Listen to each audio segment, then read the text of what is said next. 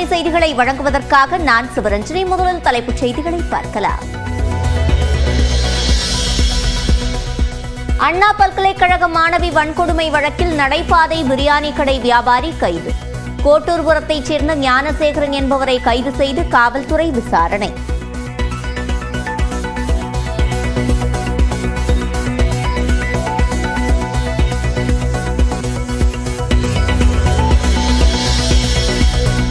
அறிவியல் பூர்வ ஆதாரங்களின் அடிப்படையில் ஞானசேகரனை கைது செய்ததாக காவல்துறை தகவல். குற்றவாளி ஒப்புதல் வாக்குமூலம் அளித்துள்ளதாகவும் விளக்கம்.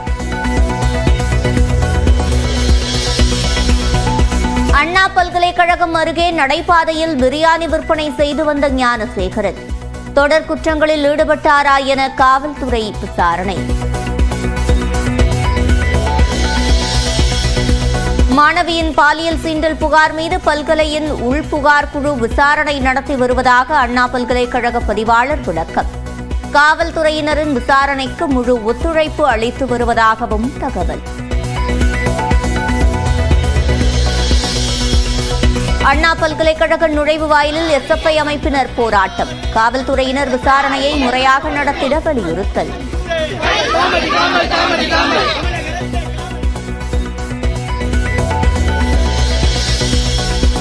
அண்ணா பல்கலைக்கழகத்தில் மாணவி வன்கொடுமை செய்யப்பட்டதற்கு எதிர்க்கட்சித் தலைவர் எடப்பாடி பழனிசாமி கண்டனம்.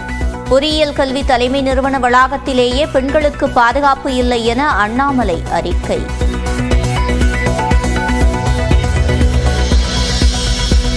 மாணவி வன்கொடுமை விவகாரத்தை அரசியலாக்க வேண்டாம் என அமைச்சர் கோவிச்செழியன் வலியுறுத்தல். அதிமுக ஆட்சியில் பொள்ளாச்சி பாலியல் வன்கொடுமை சம்பவத்தில் பாதிக்கப்பட்டோர் புகார் அளிக்க கூட அச்சப்பட்டனர் என பதில். டங்ஸ்டன் சுரங்க விவகாரத்தால் சட்டம் ஒழுங்கு சீர்கேடு ஏற்படும் என கடந்த அக்டோபரிலேயே மத்திய அரசுக்கு கடிதம் எழுதியிருந்தேன். எடப்பாடி பழனிசாமிக்கு அமைச்சர் துரைமுருகன் விளக்கம்.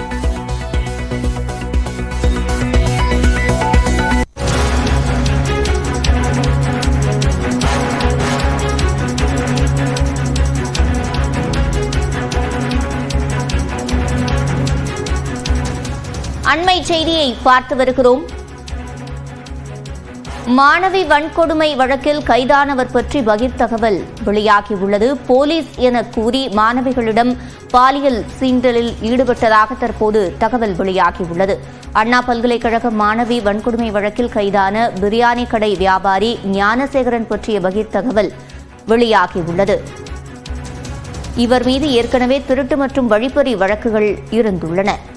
கோட்டூர்புரம் மண்டப தெரு பகுதியில் நடைபாதை பிரியாணி கடை நடத்தி வந்துள்ளார் ஞானசேகரன். பிரியாணி கடை விற்பனையை முடித்த பிறகு தனது பாலியல் சீண்டல் வேலையை ஆரம்பிப்பது வழக்கம் என தற்போது போலீசார் தகவல் தெரிவித்துள்ளனர்.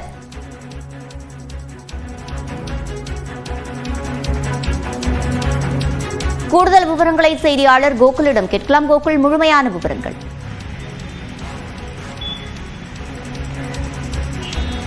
அண்ணா பல்கலைக்கழக மாணவிக்கு பாலியல் வன்கொடுமை கொடுத்த புகாரில் ஞானசேகரன் என்ற நபரை தற்பொழுது காவல்துறை கைது செய்திருக்கிறார்கள். அவர் குறித்த பின்னணி தகவல் எல்லாம் தற்பொழுது வெளியாயிருக்கிறது. கோட்டூர் பகுதியைச் சேர்ந்த இந்த ஞானசேகரன் 37 வயதான இவர் மீது பல வழக்குகள் நிலுவையில் இருக்கிறது. குறிப்பாக கோட்டூர்புரம், அபிராமபுரம், வேளச்சேரி, அடையாறு, மயிலாப்பூர் உள்ளிட்ட பல காவல் நிலையங்களில் திருட்டு உள்ளிட்ட பல வழக்குகள் நிலுவையில் இருக்கிறது. இவர் அந்த மண்டபம் சாலையில நடைபாதையில பிரியாணி கடை நடத்தி வருவதும், இந்த கோட்டூர்புரம் பகுதியில் இருக்கக்கூடிய இந்த அண்ணா பல்கலைக்கழகத்தில் இவர் அதன் பிறகு பல ஆண்டுகளாக இதே பகுதியில் வசித்து வருவதால் இங்கு இருக்கக்கூடிய அனைத்து நுழைவாயில்களும் இவருக்கு தெரிந்திருப்பதாகவும், அந்த அடிப்படையில் உள்ளே சென்று இது போன்ற பாலியல் சீண்டலில் ஈடுபட்டிருப்பது விசாரணையில் தெரிய வந்திருக்கிறது. பல ஆண்டுகளாகவே அவர் பாலியல் சீண்டலில் ஈடுபட்டிருப்பதும் விசாரணையில் தெரிய வந்திருக்கிறது. இந்த ஞானசேகரன் மீது தொடர்ச்சியாக பல வழக்குகள் நிலுவையில் இருந்திருக்கக்கூடிய நிலையில் ஏற்கனவே 2017ஆம் ஆண்டு அண்ணா பல்கலைக்கழகத்தில் ஒரு மாணவியை பாலியல் சீண்டலில் ஈடுபட்டிருப்பதாக மற்றொரு வழக்கிலையும் கைது செய்யப்பட்டிருக்கிறார். மாலை நேரங்களில் அந்த அடர்ந்த காட்டுப்பகுதியாக, அதாவது அந்த யூனிவர்சிட்டியில் சில இடங்களில் மரங்கள் நிறைந்திருக்கக்கூடிய பகுதிகளில் இது போன்ற மாணவிகள் ஆண் நண்பர்களோடு இருந்து பேசிக்கிட்டு இருக்கும்போது போலீஸ் என கூறி அவர்களை மிரட்டி இது போன்ற பாலியல் சீண்டலில் ஈடுபட்டிருப்பதும் போலீசாருடைய விசாரணையில் கண்டுபிடிக்கப்பட்டிருக்கிறது. கைது செய்யப்பட்ட ஞானசேகரிடமிருந்து செல்போன் பறிமுதல் செய்யப்பட்டிருக்கிறது. அந்த செல்போனில் பல வீடியோக்கள், இது போன்ற வீடியோக்கள் இருப்பதும் காவல்துறையால் கண்டறியப்பட்டு அந்த வீடியோக்கள் எல்லாம் காவல்துறையால் கைப்பற்றப்பட்டிருக்கிறது. தொடர்ச்சியாக ஞானசேகர் மீது விசாரணையும் அவரிடம் நடத்தப்பட்டு வருகிறது. இந்த வழக்கை பொறுத்தளவு ஞானசேகர் மட்டும்தான் குற்றவாளி என காவல்துறை தற்பொழுது தெரிவித்திருக்கிறார்கள். அங்க இருக்கக்கூடிய அதாவது சிசிடிவி காட்சிகள் உள்ளிட்ட காட்சிகள் அடிப்படையில் அறிவியல் பூர்வமான ஆதாரங்களின் அடிப்படையில் இந்த வழக்கில் ஞானசேகரன் கைது செய்யப்பட்டிருப்பதாக காவல்துறை தரப்பில் தெரிவிக்கப்பட்டிருக்கிறது. தொடர்ச்சியாக அண்ணா பல்கலைக்கழகத்தில் மாணவிகளிடம் இது போன்ற பாலியல் சீண்டலில் ஞானசேகரன் ஈடுபட்டிருப்பதும் விசாரணையில் கண்டுபிடிக்கப்பட்டிருக்கிறது. இப்பொழுது மட்டுமல்லாமல் பல முறை இது போன்ற அவர் பாலியல் சீண்டலில் ஈடுபட்டிருப்பதாக போலீசாருடைய விசாரணையில் தெரிய வந்திருக்கிறது. போலீஸ் என கூறி சில நேரங்களில் மிரட்டியும் இது போன்ற பாலியல் சீண்டலில் ஈடுபட்டிருப்பதும், சில மாணவிகள் பயத்தின் அச்சத்தின் காரணமாக காவல்துறையிடமோ பல்கலைக்கழகத்தில் இருக்கக்கூடிய நிர்வாகத்திடமோ புகார் அளிக்காமல் இருந்திருப்பதும் விசாரணையில் தெரிய வந்திருப்பதாக காவல்துறையுடைய உயரதிகாரிகள் தரப்பில் தெரிவிச்சிருக்காங்க. கைது செய்யப்பட்ட ஞானசேகரிடம் ரகசிய இடத்துல வச்சு தொடர்ந்து விசாரணையானது மேற்கொள்ளப்பட்டு வருகிறது. அடுத்த கட்டமாக இந்த வழக்கில் இருக்கக்கூடிய சந்தேக நபர்கள் நடத்தப்பட்ட விசாரணையில் அவர்கள் அளித்த சாட்சியங்கள் வாக்குமூலங்களின் அடிப்படையிலும் ஞானசேகரன் கைது செய்யப்பட்டிருப்பதாக காவல்துறை தரப்பில் தெரிவிக்கப்பட்டிருக்கிறது. ஏற்கனவே பலமுறை இவ்வாறு அவர் இந்த வேலைகளில் ஈடுபட்டு வந்தது தெரிய வந்திருக்கும் சூழலில் இதற்கு முன்பாக இவர் மீது புகார்கள் அளிக்கப்படவில்லையா? புகார் அளிக்கப்பட்டிருக்கும் பட்சத்தில் தற்போதும் அவர் சுதந்திரமாக அண்ணா பல்கலைக்கழகத்தில் நுழையக்கூடிய சூழல் எப்படி உருவானது?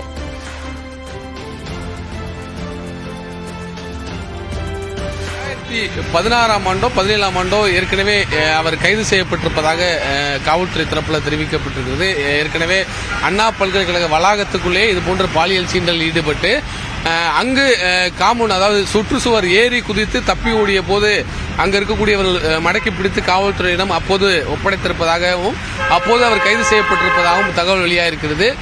தொடர்ந்து அவர் இந்த வழக்கு மட்டுமில்லாமல் பல காவல் நிலையங்களில் இருக்கக்கூடிய திருட்டு வழக்குகளில் கைது செய்யப்பட்டிருக்கார். இவர் மட்டுமில்லாமல் இவருடைய சகோதரர், இவருடைய உறவினர் உட்பட 3 பேர் பல வழக்குகளில் தொடர்புடைய வழக்குகளில் கைது செய்யப்பட்டிருக்காங்க. வீட்டில் வந்து பூட்டை உடைத்து திருடுவது உள்ளிட்ட பல வழக்குகளில் இவர்கள் தொடர்பு இருக்கிறது. அடிதடி வழக்குகளில் தொடர்பு இருக்கிறது. இருந்த போதிலும் மாலை நேரங்களில் இவர் அண்ணா பல்கலைக்கழகத்தை பொறுத்தளவு 7 வழிகள் இருப்பதாக தற்பொழுது காவல்துறை தரப்பில் தெரிவிச்சிருக்காங்க. அதுல சூர்யா நகர் என்ற பகுதியில் நடந்து செல்வதற்கென்று ஒரு வழி இருக்கிறது. கூவம் ஆற்றங்கரை ஊரமாக நடந்து சென்றால் அண்ணா பல்கலைக்கழகத்துடைய வளாகத்திற்கு உள்ளே செல்ல முடியும் என்றும், அந்த வழி உள்ளிட்ட அனைத்து வழிகளுமே இந்த ஞானசேகருக்கு நன்கு தெரியும் என்றும், தப்பி ஓடுவதற்கும் சரி, இது போன்ற மரங்கள் அடர்ந்த பகுதிகளுக்கு சென்று மாணவிகளை மிரட்டுவது, அங்க இருக்கக்கூடிய ஆண் நண்பர்களோடு யாராவது மாணவிகள் இருந்தால் அவர்களை மிரட்டி வீடியோ எடுப்பது உள்ளிட்ட பல்வேறு குற்ற சம்பவங்களை இவர் ஈடுபட்டிருப்பதும் விசாரணையில் தெரிய வந்திருக்கிறது. சிலர் அச்சத்தின் காரணமாக புகார் அளிக்காமலும் இருந்திருப்பதாகவும், சிலர் புகாரின் அடிப்படையில் இவர் மீது ஏற்கனவே வழக்கு பதிவு செய்யப்பட்டு கைது நடவடிக்கைக்கு உள்ளாக்கப்பட்டிருப்பதும் விசாரணையில் தெரிய வந்திருக்கிறது. சிவரஞ்சன், இதனைத் தொடர்ந்து இந்த விவகாரத்தை எவ்வாறு கையாள காவல்துறையினர் திட்டமிட்டிருக்கிறார்கள்? கோகுல், நிச்சயமாக, அதாவது அண்ணா பல்கலைக்கழகத்தில் இருக்கக்கூடிய பாதுகாப்பு குறைபாடுகள் குறித்து தற்பொழுது ஒரு முக்கியமான கேள்வி எழுந்திருக்கிறது. குறிப்பாக முக்கிய நுழைவாயில்களை தவிர 7 வழிகள் இருக்கு. முக்கிய நுழைவாயில்கள் உட்பட 7 வழிகள் இருப்பதாகவும், அந்த வழிகளில் எல்லாம் இது போன்ற குற்றச்சம்பவங்கள் நடைபெறுவதற்கு வாய்ப்பு இருப்பதாகவும், அதே நேரத்தில் பல இடங்களில் மரங்கள் அடர்ந்து இருக்கக்கூடிய இடங்களில் புதர்கள் போன்று இருப்பதாகவும், அந்த பகுதியில் இது போன்ற குற்றச்சம்பவங்கள் நடைபெறுவதாகவும், ஆகவே அங்க இருக்கக்கூடிய காவலாளிகள், அதாவது பல்கலைக்கழகத்தால் நியமிக்கப்பட்ட காவலாளிகள் ஒரு முறையான பாதுகாப்பு ஏற்பாடுகளை செய்ய வேண்டும் என்றும், அதே போல காவல்துறையும் தற்போது அதற்கான ஆலோசனை வழங்கியிருக்காங்க. காவல்துறையும் மாலை காலை உள்ளிட்ட 2 வேளைகளிலையும் ரோந்து பணி உள்ளிட்ட பணிகளையும் தீவிரப்படுத்த வேண்டும் என்ற தற்போது ஒரு உத்தரவானது பிறப்பிக்கப்பட்டிருக்கிறது. மேற்கொண்டு அண்ணா பல்கலைக்கழகத்துடைய நிர்வாகத்தோடு கலந்து பேசி பல்கலைக்கழகத்தில் இது போன்ற சம்பவங்கள் இனிமேல் நடைபெறாமல் இருப்பதற்கு தேவையான பாதுகாப்பு ஏற்பாடுகள் செய்ய இருப்பதாக காவல்துறை உயரதிகாரிகள் தரப்பில் தெரிவிக்கப்பட்டிருக்கு.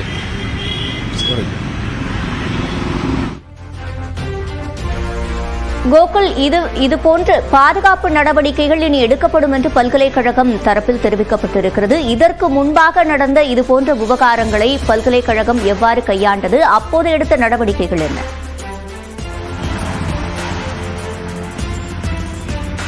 நிச்சயமா இதுவரை பல்கலைக்கழகத்தில் அது போன்ற ஒரு தகவல் நமக்கு தெரிவிக்கவில்லை. ஆனால் இருந்த போதிலும் காவல்துறை தரப்புல தற்பொழுது விசாரிக்கும் போது இந்த பகுதியில் ஞானசேகர் ரொம்ப பிரபலமாக அறிமுகமான ஒரு நபராக இருக்கிறார். இங்க இருக்கக்கூடிய பொதுமக்களுக்கே அவரை பற்றிய முழுமையான தகவல்கள் எல்லாம் தெரிய வந்திருக்கிறது. அதே நேரத்தில் ஞானசேகர் பிரியாணி கடை மட்டுமல்லாமல் பல வழக்குகளில் தொடர்பில் இருக்கக்கூடிய நபராக இருக்கிறார். கிழக்கு கடற்கரை சாலை உள்ளிட்ட பகுதிகளில் இவருக்கு பண்ணை வீடெல்லாம் இருப்பதாக கூறப்படுகிறது. ஞானசேகர் ஒரு முக்கிய நபராகவே இங்கு வலம் வந்திருக்கிறார். இந்த முக்கிய நபர் இது போன்ற ஒரு குற்றச்சம்பவத்தில் தொடர்ந்து ஈடுபட்டிருப்பதும் விசாரணையில் தெரிய வந்திருக்கிறது. தொடர்ச்சியாக பல்கலைக்கழகத்தில் மட்டுமல்லாமல் இங்க இருக்கக்கூடிய நபர்களை மிரட்டி வழிப்பறி செய்வது, பணம் பறிப்பது, இது போன்ற மாணவிகள் ஆண் நண்பரோடு பேசியிருந்தால் அதை கல்லூரியில் தெரிவித்து விடுவதாக மிரட்டுவது உள்ளிட்ட ஒரு பிரபலமான ஒரு முக்கிய நபராக தன்னை காட்டிக்கொண்டு இது போன்ற மாணவிகளை ஏமாற்றி இது போன்ற பாலியல் சீண்டலில் ஈடுபட்டிருப்பது விசாரணையில் கண்டுபிடிக்கப்பட்டிருக்கிறது. நேற்று முன்தினம் இரவும் இதே போன்றுதான் அவர் தனியாக சென்றதாகவும் அங்கு ஒரு மாணவி ஆண் நண்பரோடு பேசிக் கொண்டிருக்கும் போது அந்த ஆண் நண்பரை மிரட்டி அடித்து விரட்டிவிட்டு அந்த மாணவியிடம் பாலியல் வன்கொடுமையில் ஈடுபட்டிருப்பதும் விசாரணையில் கண்டுபிடிக்கப்பட்டிருக்கிறது. சிசிடிவி காட்சிகள் மற்றும் அவருடைய செல்போன் டவர் உள்ளிட்டவைகள்லாம் வைத்து அந்த அறிவியல் பூர்வ ஆதாரத்தின் அடிப்படையில் கைது செய்யப்பட்டிருப்பதாகவும் அவரோடு இருந்த நபர்கள் அளித்த வாக்குமூலமும் முக்கியமானதாக பார்க்கப்படுகிறது. அதாவது இந்த ஞானசேகரன் இந்த நேரத்தில் அவர் அங்குதான் சென்றார் என்று சில இந்த பகுதியில் இருக்கக்கூடிய நபர்கள் காவல்துறையிடம் தகவலும் தெரிவித்துள்ளார்கள். அந்த வாக்குமூலமும் ஒரு முக்கியமான வாக்குமூலமாக பார்க்கப்படுகிறது. அந்த வாக்குமூலத்தின் அடிப்படையில் தான் ஞானசேகரன் கைது செய்யப்பட்டிருக்கிறார். இந்த புகாரின் அடிப்படையில் கல்லூரியில் இதுவரை எந்த நடவடிக்கைகள் எடுக்கப்பட்டுள்ளது என்பது குறித்து இதுவரை அண்ணா பல்கலைக்கழகம் ஒரு விரிவான தகவல் தெரிவிக்கவில்லை. இது போன்ற இன்னும் ஒரு நாட்களில் ஒரு விரிவான பாதுகாப்பு குறித்த ஒரு முக்கியமான தகவல் வெளியாகுவதற்கான வாய்ப்பு இருக்கிறது. கோகுல், அதேபோல 15க்கும் மேற்பட்ட வழக்குகள் ஏற்கனவே அவர் மீது உள்ளன.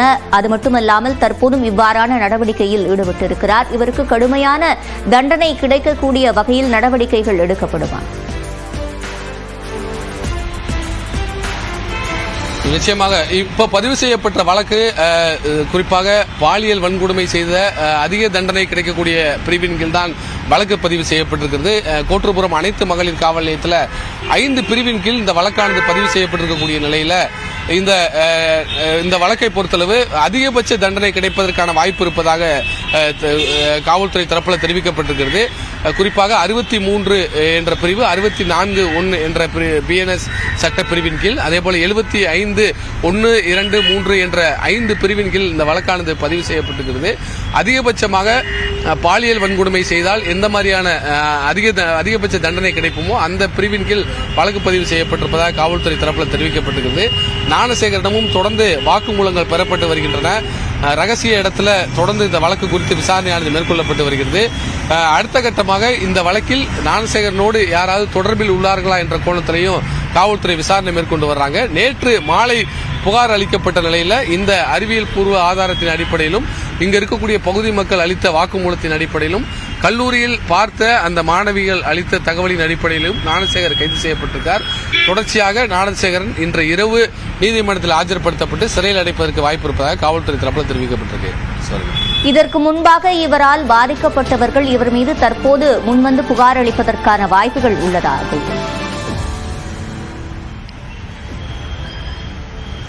நிச்சயமா காவல்துறை அடுத்த கட்ட விசாரணையை தீவிரப்படுத்தியிருக்காங்க. யார் யார் இவரால் பாதிக்கப்பட்டுள்ளார்கள், எத்தனை மாணவிகள் பாதிக்கப்பட்டுள்ளார்கள், எந்தெந்த காலகட்டத்தில் இவர் பாதிக்கப்பட்டுள்ளார்கள் என்ற கோணத்தில் விசாரணையானது மேற்கொள்ளப்பட்டு வருகிறது. முதற்கட்டமாக தற்பொழுது பாதிக்கப்பட்ட மாணவி அளித்த புகாரின் அடிப்படையில் தான் வழக்கு பதிவு செய்யப்பட்டிருக்கிறது. ஞானசேகரிடமே இது குறித்த விசாரணையை காவல்துறை மேற்கொண்டு வர்றாங்க. வீடியோ ஆதாரங்கள் இருக்கிறது.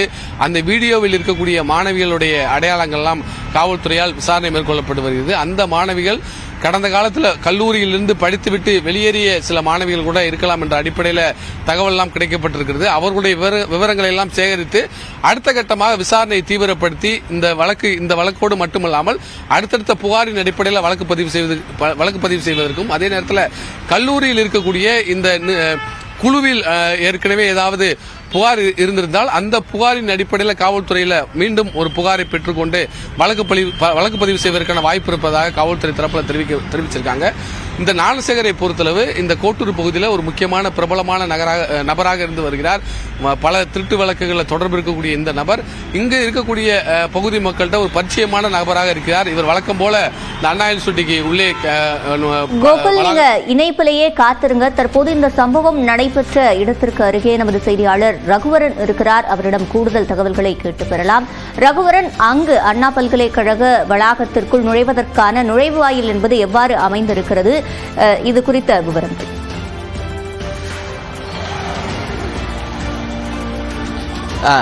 சிவரஞ்சனி, குறிப்பாக மாணவர்கள் அதிகம் படிக்கக்கூடிய பகுதி தமிழ்நாட்டிலே முதன்மையாக இருக்கக்கூடிய அண்ணா பல்கலைக்கழகத்திற்குள்ள இந்த சம்பவம் அரங்கேறி இருக்கிறது.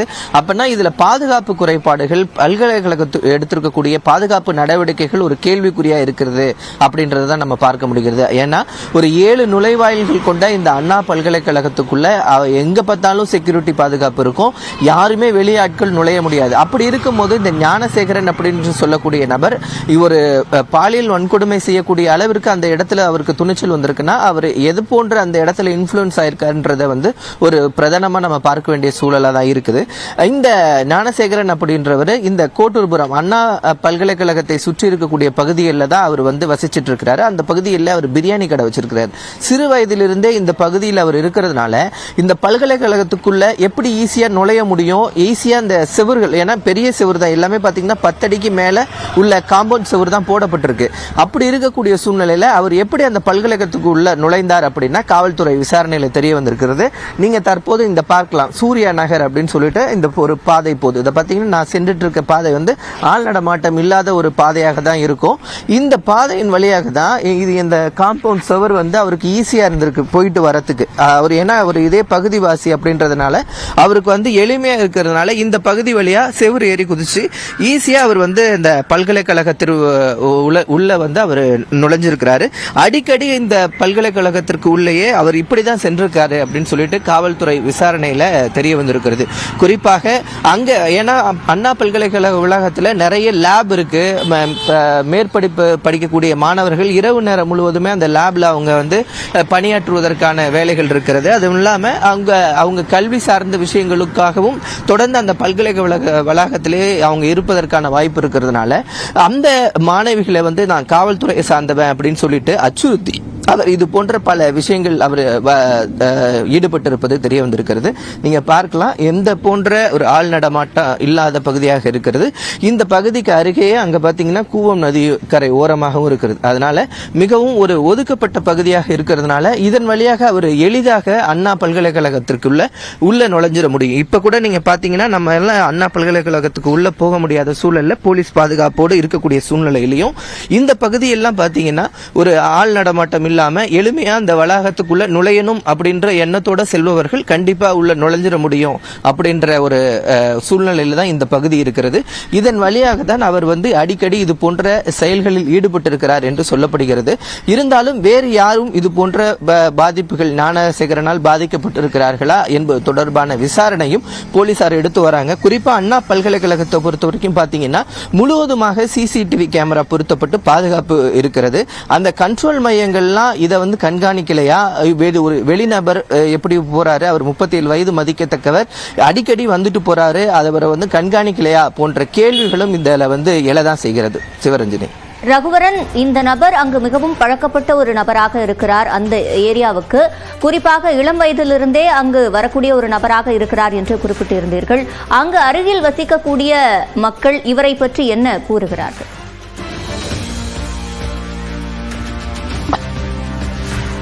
இவர் பாத்தீங்கன்னா இந்த பகுதியிலிருந்து கோட்டூர்புரம் அந்த சாலையை கடந்து அந்த கோட்டூர் அப்படின்னு சொல்லக்கூடிய ஒரு பகுதியை சார்ந்தவர். இந்த பகுதியில் அவர் பிரியாணி கடை நடத்திட்டு வந்திருக்கிறாரு. குறிப்பா அந்த தள்ளு வண்டிகள்ல பிரியாணி கடை நடத்திட்டு வந்திருக்கிறாரு. அதான அவர் எந்த இடத்துல இது போன்ற கடைகளை அவர் நடத்திட்டு வந்தாரு, எந்த பகுதியை சார்ந்தவர் குறிப்பா அப்படின்னு சொல்லிட்ட தரவுகளை போலீசார் இன்னும் கொடுக்கல. ஏன்னா இன்னும் அவர் தொடர்புடைய நபர்கள் எல்லாம், ஏன்னா இவரோட கூட்டாளிகள் நிறைய பேர் இருந்திருக்கிறாங்க, அவர்கள் எல்லாம் விசாரிக்க வேண்டிய சூழல் இருப்பதனால அவர்கள் எல்லாம் தற்போது இந்த விசாரணை வளையத்திற்குள் வைத்திருப்பதனால நிறைய தகவல்கள் போலீசார் கொடுக்கல. இந்த ஞானசேகரன் என்ன பண்ணாரு அப்படின்ற தகவல் மட்டும்தான் தற்போது கொடுக்கப்பட்டிருக்கிறது. ஆனால் நீங்க பார்க்கலாம், நான் இருக்கக்கூடிய பகுதி இந்த சூர்யா நகர் செல்லக்கூடிய சாலையில் இருக்கக்கூடிய பகுதி. அந்த அண்ணா பல்கலைக்கழகம் குறிப்பா பாத்தீங்கன்னா இந்த ராஜ்பவன்ல இருந்து இந்த கூவம் வரைக்கும் பெரிய வளாகம். அந்த வளாகத்துக்குள்ள பாத்தீங்கன்னா மான்கள் கூட இருக்கும். அப்பனா அந்த மான்கள் இருக்குன்னா எந்த அளவுக்கு பெரிய வளாகமா இருக்கு அப்படின்றத நீங்க பார்க்கலாம். அந்த வளாகத்துக்குள்ள எளிதாக செல்லக்கூடிய வகையில இன்னும் இருக்கிறத பார்க்க முடிகிறது. அதனால இந்த பாதுகாப்பை பலப்படுத்த வேண்டிய சூழல் இருக்கிறது. அந்த சிசிடிவி கேமராக்கள் இருந்து அனைத்துமே இங்க பொருத்தப்பட்டிருந்தாலும் இந்த பாதுகாப்பு தற்போது வரைக்கும் அந்த இடத்துல ஒரு கேள்விக்குறியாக தான் இருக்கிறது. ஞானசேகரன் அவருடைய கூட்டாளிகள்லாம் யார் யாரு, அவர் யார் யாரிடெல்லாம் இந்த பணிகள் அவர் ஈடுபட்டிருக்காரு, இது போன்ற செயல்களில் ஈடுபட்டிருக்காரு, எத்தனை வருஷமா செஞ்சிட்டு இருக்காரு இது போன்ற செயலை அப்படின்ற தொடர்பான விஷயங்களும் தற்போது விசாரணை போலீசார் விசாரிச்சுட்டு இருக்காங்க. விவரங்களை முழுமையாக வழங்கியமைக்கு நன்றி ரகுவரன்.